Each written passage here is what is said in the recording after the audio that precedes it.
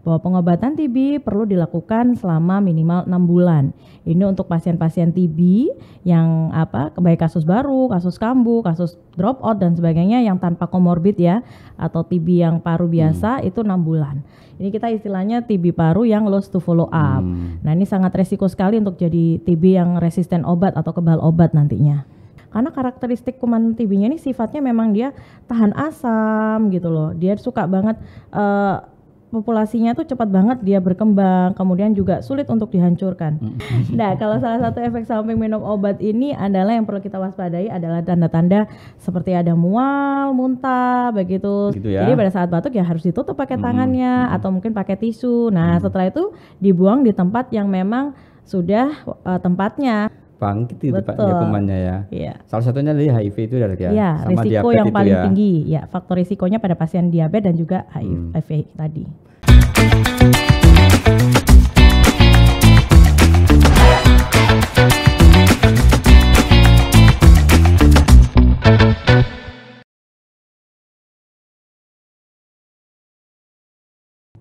Halo semuanya, jumpa lagi dengan saya Wiwit Purwanto di podcast harian Pagi Surya Tribun Jatim Network.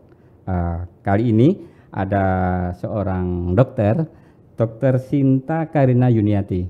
Nah, ini dokter ini setiap harinya ada di Rumah Sakit Siti Hajar, dan kebetulan di podcast harian Surya ini sebentar lagi kan ada Hari Tuberkulosis Sedunia tanggal 24 Maret. Nah, perbincangan sebelumnya saya bersama dokter ini membicarakan tentang apa sih itu tuberkulosis. Namun kali ini kita akan lebih menekankan ke pembicaraan tentang bagaimana ketika kita itu menderita tuberkulosis. Nah, ini saya sapa dulu Dokter Sinta. Halo, apa kabar Dok? Assalamualaikum. Waalaikumsalam Mas Wiwit. Kita jumpa lagi ya. Dokter Sinta, apa kabarnya? Baik, semoga semuanya juga sehat. Alhamdulillah. Dok, ini berkaitan dengan Hari Tuberkulosis Sedunia ya, yang jatuh pada tanggal 24 Maret nanti. Pembicaraan kita sebelumnya kita akan membahas tentang apa sih itu TB, apa itu tuberkulosis. Apa aja yang menularkan, kemudian apa aja pencegahannya. Nah, kali ini lebih ke ini Dok, pembicaraan ke apa sih yang dilakukan seseorang ketika saya ini divonis atau ketika ini pasien ini divonis sebagai kamu kena TB, kena tuberkulosis. Wah, kaget, pengalaman seperti apa Dok? Baik, jadi dari berdasarkan pengalaman saya ya Mas Wiwit ya, untuk pasien-pasien yang telah menjalani screening atau pemeriksaan tahapan untuk TBC, dia sudah dinyatakan TB oleh dokter pasti dengan beberapa kriteria. Dari gejalanya tadi ya, gejala klinisnya, trias TB tadi batuk berdahak lebih dari 2 minggu, kemudian juga ada penurunan berat badan, keringat malam, kemudian dari foto ronsen radiologinya biasanya didapatkan gambaran khas TBC paru yaitu fibroinfiltrat di bagian apex atau di bagian yang lainnya. Kemudian juga didapatkan hasil pemeriksaan dahak sputumnya, tes cepat molekulernya biasanya positif atau negatif begitu. Nanti kan akan ada pertimbangan dari dokter untuk menentukan apakah dia berhak atau wajib untuk mendapatkan pengobatan TB begitu. Biasanya setelah ada penilaian dari dokter, kita akan menjelaskan kepada pasien bahwa pengobatan TB perlu dilakukan selama minimal 6 bulan.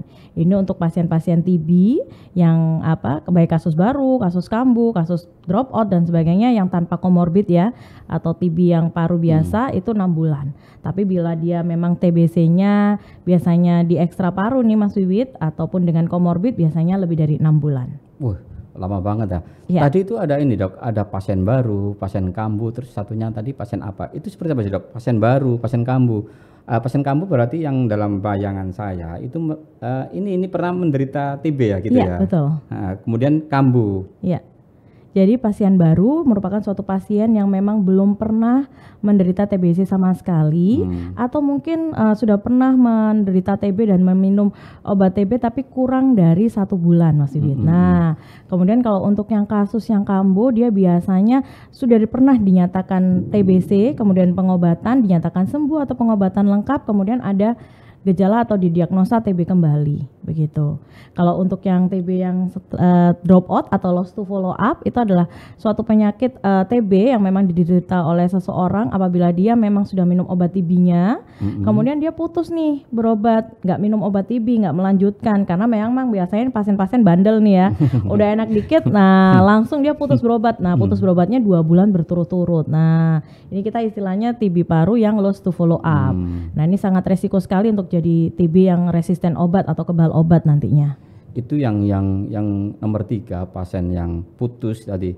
Itu kenapa, Dok? Misalkan dia kan sudah merasa sehat, atau apakah mereka yang sudah divonis dengan TB ini obatnya harus jalan terus? Apa enggak ada ketergantungan obat nantinya, Dok? Baik. Jadi memang dari berdasarkan penelitian memang minimal pengobatan TB itu adalah 6 bulan. Karena karakteristik kuman TB itu sangat very difficult to fight. Nah, karakteristik kuman ini unik banget Mas Wiwit ya.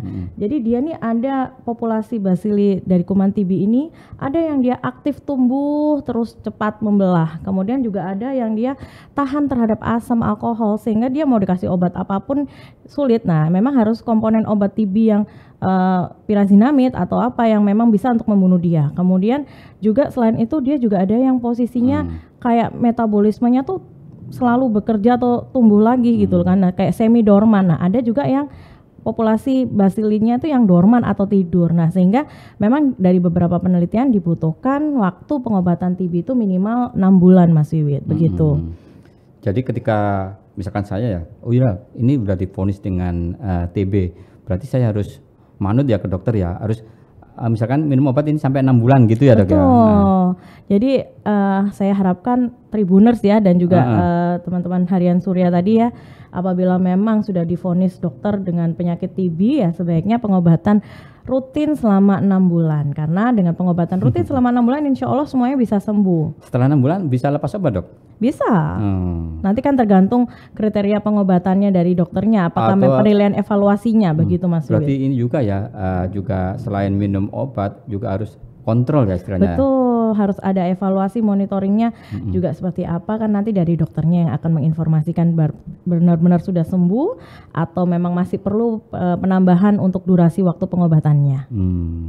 Oke Dok, sekarang ini setiap hari dokter ada di Rumah Sakit Siti Hajar dan beberapa rumah sakit lainnya di Sidoarjo. Nah, kalau di Siti Hajar ketika kita mau kita ini badan nggak enak rasanya, kemudian kita periksa ke Siti Hajar. Kemudian kira-kira pasien ini diarahkan ke spesialis paru atau gimana, Dok? Biasanya kalau memang sudah mencakup gejala respirasi, gejala pernapasan akan diarahkan ke spesialis paru. Atau kita ke Siti Hajar, ini kita ke dokter umum dulu atau gimana, Dok? Tergantung, kalau misalnya memang pasiennya memang langsung minta ke spesialis paru, biasanya akan ditangani oleh spesialis paru. Nanti apabila memang ditangkap atau dijaringnya oleh poli umum, biasanya nanti akan dirujuk atau dirujuk internal ke poli spesialis paru memang apabila memang spesifik di bagian paru. Wah, ketemu dengan dokter Sinta nantinya pastinya ya. Ketemu dengan saya.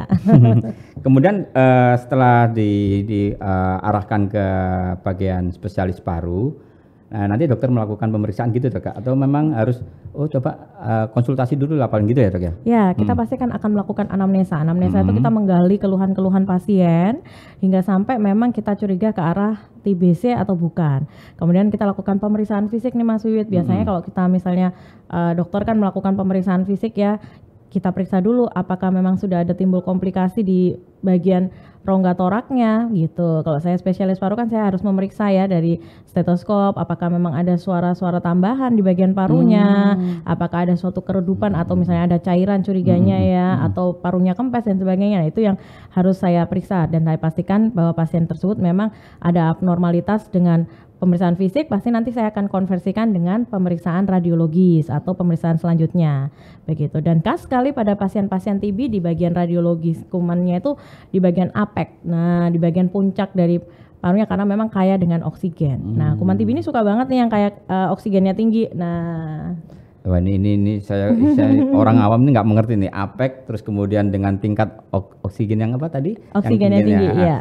Kemudian ini dok, tadi kan banyak sekali ya urutan-urutan yang harus dilakukan si pasien ya untuk mengetahui ini TB, kemudian dilakukan apa sih pengobatan yang pas ya. Itu kenapa sih dok? Memang harus membutuhkan waktu yang lama ya dok ya? Iya betul. Jadi yang seperti tadi saya bilang bahwa kuman TB ini very difficult to fight. Dia sulit sekali untuk dibunuh.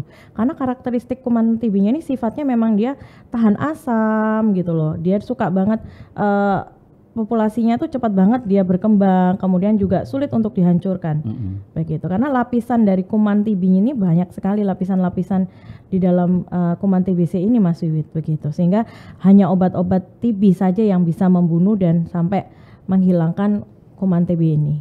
Kalau tadi ada semacam kayak pemeriksaan torak, itu berarti harus melakukan foto juga ya dok ya, foto rongsen juga ya? Ya, pemeriksaan fisik dulu, kemudian dilanjutkan dengan pemeriksaan radiologi atau foto ronsen torak. Saya tertarik tadi dengan dokter ngomong tentang ada bunyi-bunyi yang aneh, ada suara-suara yang aneh yang abnormal yang kita curigai sebagai potensi untuk TB ya dok ya? Betul. Nah ini ada teman saya dok ya, ini dia apa istilahnya kalau bernafas saja gitu dok, ada suara-suara seperti itu apa juga suara aneh? Terus apa dok yang dimaksud suara aneh ini dok? Jadi memang kalau kita secara pemeriksaan fisik ya, atau kita lakukan pemeriksaan terutama di bagian torak ya, itu kan kita akan melakukan pemeriksaan dari pemeriksaan dasarnya dulu. Kita melakukan pemeriksaan inspeksi dulu, kita lihat, kemudian kita lakukan inspeksi itu melihat perbedaan dinding dada ada nggak nih, tertinggal nggak, kanan kirinya sama nggak, simetris apa enggak. Melalui ini ya. Belum, cuman hanya dilihat aja. Nah kemudian yang kedua adalah kita melakukan palpasi nih Mas Wiwit. Jadi kita coba lihat, kita raba di dinding dadanya apakah memang ada benjolan atau tidak di bagian anggota tubuhnya ya, terutama fokus di bagian rongga toraknya. Kemudian nanti kita lakukan perkusi nih. Perkusi itu seperti kita melakukan pemeriksaan ketukan yang minimal di dalam dinding dadanya, sehingga ada nggak tanda-tanda abnormalitas. Nah kalau misalnya ada suatu cairan nih, biasanya dia akan terdengarnya redup. Nah kayak ada cairan di dalam paru kita, itu kan kita bisa menilai dari dokternya nanti. Ataupun kalau dia ada suatu parunya kolaps atau kempes ya, kalau orang awam biasanya ngiranya dia akan suaranya akan lebih nyaring nih, hiperresponsifnya tinggi banget, hipersonor banget. Nah gitu. Kemudian kalau misalnya nanti selanjutnya dengan auskultasi, dengan stetoskop tentunya nanti kita bisa mendengarkan apakah ada suara tambahan yang abnormal. Kalau tadi yang kayak temannya Mas itu mungkin wheezing, mungkin nyampe ngik. Iya. Nah itu bukan biasanya. Bukan TB itu ya? Bukan, tapi bisa jadi mungkin aja suatu ada obstruksi bisa gitu. Tanda-tanda obstruksi kalau itu. Kalau pemeriksaan itu ya tadi ya diketuk-ketuk itu pemeriksaan mandiri bisa nggak sih dok? Nggak bisa. Nggak bisa ya? Dengan tenaga kesehatan barangkali ya. bisa. Harus dengan dokter ya, karena ada tekniknya sendiri. Barangkali kan kayak apa tuh kan, kayak yang sadaris gitu ya, kan bisa ya. Mungkin kalau untuk orang awam yang harus benar-benar diutamakan mungkin self assessmentnya ya, harus tahu atau paham sebenarnya saya ini ada gejala TB nggak ya. Nah kalau sudah ada gejala TB atau tanda-tanda TB sebaiknya langsung konsultasikan ke dokter. Nah ini yang saya tanyakan, ketika udah ini berarti TB, apa dok yang harus dilakukan dok? Ya pengobatan, pengobatan sampai benar-benar dinyatakan sembuh dan tuntas tentunya.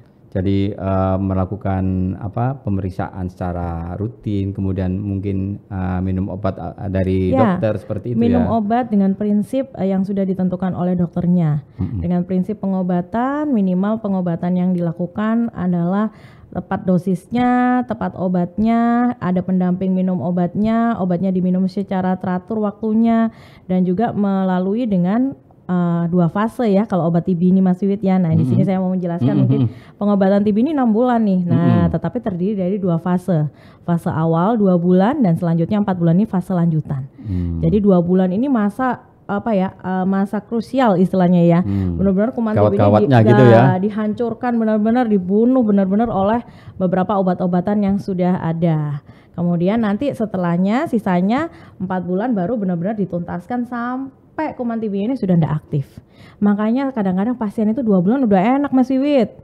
Tapi jangan lengah. Akhirnya pasien-pasien jadi drop out itu tadi. Makanya karena sudah enak, putus gitu ya kayak tadi ya. Betul. Jadi harus benar-benar diinformasikan di awal diedukasi kepada seluruh pasien yang pengobatan TB, pengobatan walaupun sudah enak atau sudah sembuh merasa dirinya tetap minimal pengobatan 6 bulan, begitu. Karena sudah ada fase yang pertama, fase awal 2 bulan, fase berikutnya yang 4 bulan. Tapi dengan catatan sudah mulai agak meringan ya ini ya dok ya? Ya, insya Allah sudah meringan. 2 minggu setelah peminuman obat biasanya risiko untuk penularan tuh lebih minimal. Itu selama 6 bulan harus evaluasi bolak-balik ke rumah sakit berapa kali dok? Setiap minggu atau gimana dok? Biasanya kita ya tergantung ya, kita kalau lihat kondisi pasiennya. Jadi kalau misalnya memang awal-awal biasanya kita minta awal datang itu lebih sering lah. Karena kita kan juga harus mengevaluasi adanya efek samping minum obatnya. Karena efek samping obat TB ini juga ada Mas Wiwi beberapa. Apa ini? Satunya mengantuk kayaknya ini ya. Nah, kalau salah satu efek samping minum obat ini adalah yang perlu kita waspadai adalah tanda-tanda seperti ada mual, muntah, begitu. Itu nggak boleh dok ya? Apanya? Nggak boleh ya seperti itu ya? Tidak, bukan. Jadi kita harus menilai apa setelah saya minum obat TB ada tanda-tanda nggak seperti mual, muntah, begitu. Kalau misalnya ada tanda-tanda mual atau muntah sampai mungkin perubahan di sklera matanya menjadi kuning, nah itu harus segera konsultasi ke dokter. Karena beberapa efek samping dari obat TB bisa menimbulkan efek kegangguan liver, begitu. Salah satunya itu. Kemudian juga ada tanda-tanda atau efek samping kayak di bagian kulit kayak gatal, ruam-ruam gitu. Ya, ruam-ruam. Nah itu kan dia nggak bisa pakai obat yang standar nantinya, harus diganti lagi, permak lagi regimennya oleh dokternya. Nah ini kalau permak lagi biasanya sudah di luar tanggungan BPJS ini kan? Enggak juga sih. Tapi selama ini ditanggung ya dok ya? Insya Allah ditanggung semua ya BPJS. Iya betul. Nah jangan khawatir ini Tribunner dan pembaca harian Surya, pengobatan TB ini sudah ditanggung BPJS. Betul. Tapi tentunya dokter juga sudah bisa memberikan sebuah analisa ini TB-nya ini tingkat ringan atau memang dengan obat yang spesimennya khusus. Betul. Gitu ya dok ya? Karena memang setiap orang kan reaksinya berbeda-beda ya. Dok, ini kan pengobatan TB ini membutuhkan waktu yang lama berbulan-bulan. Ada nggak sih dok pasien yang sampai lupa waktunya kontrol atau apa? Banyak Mas Wiwit. Terus sampai gimana itu efeknya kira-kira itu ya? Iya, jadi memang akhirnya kita memantau, kan kita punya buku ya atau buka kartu TB kalau kita bilang. Nah, kartu TB ini memang yang sudah standar yang memang disediakan oleh Dinkes ya, itu namanya kartu TB yang TB 02. Jadi pasien itu wajib memiliki kartu TB sehingga. Tapi kalau sudah divonis ya ini ya? Ya, kalau sudah divonis sehingga dia nggak akan lupa nih. Ada jadwal kontrolnya di situ, ada jenis obatnya yang harus diminum, ada evaluasi perkembangannya karena kita akan melakukan evaluasi perkembangannya dan mencatatnya juga di kartu TB-nya itu Mas Wid. Hasil-hasil dahaknya itu kan ada kita tulis di situ nantinya untuk evaluasinya juga. Nah, begitu Tribunner dan pembaca harian Surya tidak perlu khawatir lupa atau karena memang bosan dengan waktu pengobatan yang memakan waktu yang agak lama. Ada kartu namanya kartu TB yang fungsinya untuk memberikan suatu kontrol pada kita kapan untuk minum obat, kapan untuk berobat lagi, seperti itu ya dok ya? Iya betul. Dok, ini dok ya, adakah nggak sih pantangan-pantangan ketika kita itu mengalami TB? Pantangan makanan atau yang harus dihindari seperti apa, gaya hidup seperti apa gitu dok ya? Jadi intinya pada saat kita sudah terkena TB yang harus kita lakukan adalah tentunya pengobatan sampai tuntas. Nah untuk pantangan makanan sebenarnya tergantung balik lagi pasien itu ada komorbid atau tidak. Bila pasien tersebut ada komorbid, salah satunya seperti diabetes mellitus, ya pastinya hindari makanan-makanan yang bisa memicu peningkatan gula darahnya. Sehingga kalau misalnya gula darahnya juga nggak terkontrol, TB-nya juga sulit untuk dikontrol Mas Wiwit. Jadi harus balance atau seimbang. Jadi diabetesnya dikontrol, TBC-nya juga ditangani, begitu. Jadi kalau makanan-makanan memang yang ada diabetes ya hindari yang manis-manis seperti itu dan tetap kita konsultasikan ke divisi sejawat seperti dokter penyakit dalam ya. Kemudian yang kedua adalah tetap ya gaya hidup sehat, olahraga, berhenti merokok. Tentunya satu lagi Mas Wiwit. Pada saat pasien itu memang sudah didiagnosa TB, dia lakukan batuk, nah kalau bisa melakukan atau menerapkan etika batuk yang baik dan benar. Etika batuk yang benar, ya, ditutup begini gitu ya. Jadi pada saat batuk ya harus ditutup pakai tangannya atau mungkin pakai tisu. Nah setelah itu dibuang di tempat yang memang sudah tempatnya, misalnya di tempat sampah yang tertutup sehingga nggak terbawa angin nantinya. Dan jangan lupa setelah itu melakukan cuci tangan di bawah air yang mengalir dengan menggunakan sabun minimal 20 detik. Itu antisipasi yang bisa kita lakukan secara personal. Ya. Dok, kemudian tadi dok ya penyakit TB ini apa ada kaitannya dengan penyakit yang lainnya? Tadi juga disebutkan diabetes ya, penyakit diabetes. Nah, apakah dengan penyakit selain diabetes ada nggak dok yang mereka yang kira-kira ini ini kalau penyakit ini TB-nya semakin gini, ini kalau enggak ini semakin gitu dok. Jadi pada pasien TB ini erat sekali kaitannya dengan ini ya, nutrisi ya, dan juga dengan daya tahan tubuh ya. Nah, pada pasien-pasien diabetes ini kan dia imunokompromis ya, jadi imunnya tuh rendah. Gampang banget pada pasien-pasien diabetes ini terkena atau terinfeksi penyakit TB. Jadi udah imunnya rendah, nah infeksi TB-nya masuk, nah, akhirnya berkembanglah penyakit TBC tersebut sehingga menjadi disease atau sakit TB begitu Mas Wid. Jadi sangat kayak apa ya, bersahabat mungkin ya, bersahabat karib nih diabetes sama TB. Nah, tapi bukan tentunya pasien diabetes itu pasti TB bukan. Nah, makanya pada pasien-pasien TB sudah dilakukan, merupakan program dari pemerintah, akan dilakukan screening untuk diabetesnya juga. Jadi setiap pasien TB juga pastinya akan dievaluasi gula darahnya. Di awal itu sudah kita lakukan. Dan satu lagi juga dilakukan pemeriksaan screening untuk HIV-nya. Karena pasien-pasien HIV ini rentan sekali untuk terkena TBC Mas Wiwit. Begitu. Pada pasien-pasien yang memang HIV kemudian juga ada kontak erat dengan pasien TB dan dia benar-benar ternyata dinyatakan tidak TB, ya sebaiknya mendapatkan penanganan terapi yang profilaksis untuk pencegahan TB-nya. TB-nya dulu atau HIV-nya dulu dok? Apanya nih? Kalau seperti ini penanganannya. Kalau misalnya memang dia bukan TB, dia bisa dilakukan pemberian pencegahan TB. ARV-nya atau obat antivirus HIV-nya kan bisa diberikan. Kemudian nanti kalau misalnya memang sudah bisa menerima, memang benar-benar dipastikan tidak ada positif TB pada pasien HIV tersebut, bisa diberikan namanya profilaksis untuk pencegahan TB-nya. Ini agak sedikit juga ya dok ya, apa namanya TB yang bersimbiosis dengan penyakit yang lain ini. Iya ya? Betul, karena memang TB ini sangat cepat sekali ya, terutama pada pasien-pasien yang memiliki komorbid diabetes dan juga HIV salah satunya. Banyak itu dok seperti itu? Banyak. Banyak sekali. Mana yang didulukan lebih dulu ini kayaknya ya? Ya betul, makanya sekarang pemerintah ini target goals-nya adalah bukan hanya mengobati saja Mas Wiwit, tapi juga mulai sekarang ini mulai memberikan pencegahan. Nah, untuk pasien-pasien, untuk yang orang-orang yang memang risiko tadi tuh laten TB. Nah, risiko yang paling tinggi adalah pada pasien-pasien yang diabetes dan juga imunokompromis seperti HIV. Oh iya, di Siti Hajar, di Rumah Siti Hajar, apakah ada dok seperti ini dok, program-program? Ada. Apa Sudah. ya istilahnya seperti apa itu? Komunitas atau apa? Jadi dok? pada pasien-pasien HIV yang memang sudah terdiagnosa HIV, kemudian dia memang clear tidak didiagnosa TB, kita akan memberikan namanya profilaksis INH. Jadi nanti diberikan pemberian terapi pencegahan TB. Nah, biasanya diberikan pencegahan TB atau pencegahan dengan memberikan INH ini selama 6 bulan untuk mencegah seseorang HIV ini yang rentan atau risiko untuk terjadinya sakit TB ini sakit TB Mas Wiwit. Jadi biar dia nggak sakit TB, kita memberikan profilaksis INH selama 6 bulan. Seperti obat-obatan juga itu ya? Obat INH itu merupakan salah satu komponen kandungan dari komposisi untuk pengobatan TB yang standar. Dan agar tidak ini ya, TB-nya tidak masuk. Betul. Ya, karena rentan sekali ya. Betul. Dan ini kebetulan juga pernah saya lakukan penelitian. Nah. Jadi penelitian saya waktu itu memang tentang pemberian pencegahan TB pada pasien-pasien yang memang TB laten. Nah, untuk memastikan dia TB laten nanti memang banyak kriterianya ya. Nah, TB laten itu berarti mereka sudah TB-nya sudah terinfeksi TB tapi TB-nya tidak aktif. Jadi kayak dorman posisinya gitu. Jadi kayak dia posisi kumannya tidur nih di tubuh kita. Begitu ada pemicu dia langsung bangkit itu Pak ya kumannya ya. Salah satunya dari HIV itu adalah ya, sama risiko diabetes yang itu paling ya. tinggi ya, faktor risikonya pada pasien diabetes dan juga HIV tadi. Kalau semacam kayak komunitas yang saling menguatkan ada nggak dok di Siti Hajar dok dari pasien-pasien yang sudah pernah berobat TB? Kalau untuk komunitas sendiri kita biasanya lebih mencenderungkan untuk pendamping minum obat. Setiap satu pasien memiliki pendamping minum obat Mas Wiwit. Itu dari mana? Dari pihak keluarga biasanya. Ya? Jadi kita juga punya kontak personnya juga. Nanti kalau misalnya memang ada keluhan atau apa, kita kan juga dari petugas dari Poli TB kita namanya Poli Dots ya.